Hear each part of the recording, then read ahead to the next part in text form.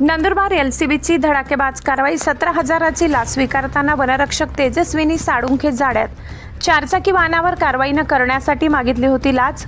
Face फाटा येथे रंगेहात पकडले।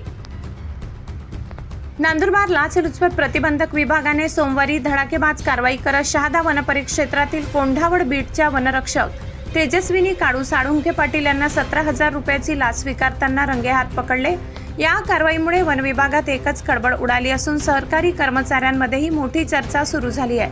मिळालेल्या माहितीनुसार तक्रारदार हे फेस ग्रामपंचायतीच्या परवानगीने ग्रामपंचायत हद्दीतील शेतीच्या बांधावरील माळ रानातील काटेरी बाबूड झाडे तोडून ती चारचाकी वाहनाद्वारे गुजरात राज्यात विक्रीसाठी वाहतूक करत होते।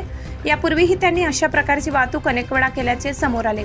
दरम्यान संबंधित वाहनावर वन विभागाकडून कोणतीही कायदेशीर कारवाई न करण्यासाठी वनरक्षक तेजस्विनी साळुंखे यांनी तक्रारदाराकडे सुरुवातीला 17,500 रुपयाची लाच मागितल्याची तक्रार 4 जून रोजी नंदुरबार एलसीबीकडे करण्यात आली। तक्रारीची पडताळणी करताना फेसफाटा शहादा शिरपूर मार्गे आरोपी वनरक्षक यांनी लाचेची मागणी केल्याचे निष्पन्न झाले।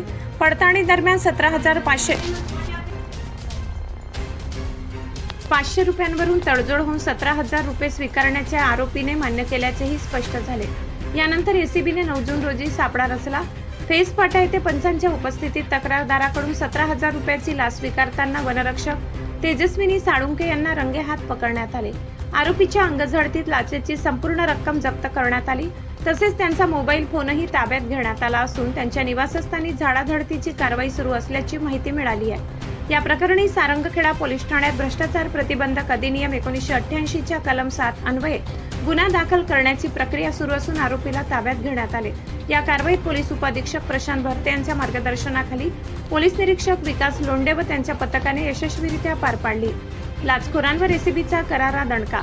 नंदुरबार एसीबीच्या कारवाईमुळे सरकारी यंत्रणेत लाचखोरी करणाऱ्या अधिकाऱ्यांमध्ये भीतीचे वातावरण निर्माण झाले असून भ्रष्टाचाराविरोधातील ही कारवाई सर्वसामान्य नागरिकांसाठी दिलासादायक मानली जात आहे।